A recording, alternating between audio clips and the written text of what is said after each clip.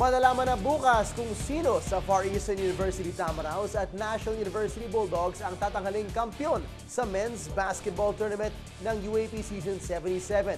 Rematch na rin na maituturing ito para sa dalawang kupunan na huling nagharap para sa UAP Basketball Championship noong 1954. 1954 pa o eksaktong 60 taon mula nang huling mag-champion ng NU sa UAP Men's Basketball. Bahagi ng 1954 champion team ng Bulldogs ang 78-year-old na rookie noon na si Nestor Sapida at ang kanilang tinalo ang FEU Tamaraos. Hindi mo iisipin na mananalo kami o magcha-champion kami nung time na yon. Lagi namang malakas ang FEU. Ang allowance nga lang namin noon tila 100 piso lang yata ba? Pero iba na raw ang NU ngayon na may pinakamatinding depensa. Kaya tingin ni Nestor, masusungkit na rin ng Bulldogs ang minimiting titulo. Kayang-kaya ng NU. Ngayon, NU FEU uli.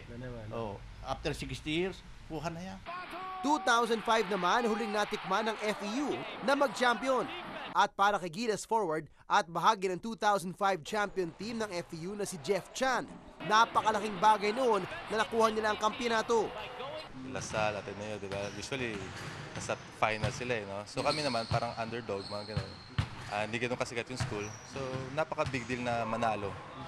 At matapos ang 9 na taon, kailangan wag nang sayangin ng FEU ang pagkakataong maging champion muli. Mahirap makarating sa finals eh. Lalo na magagaling yung mga players ngayon. Sana makuha namin ulit. Alolino against Pogoy. Alolino forces Bukas na ng alas 3:30 ng hapon ang Game 3 ng UAP Men's Basketball Finals. Mapapanood ito ng live sa ABS-CBN Sports in Action Channel 23 at mapapakinggan ng live din sa DZMM 630.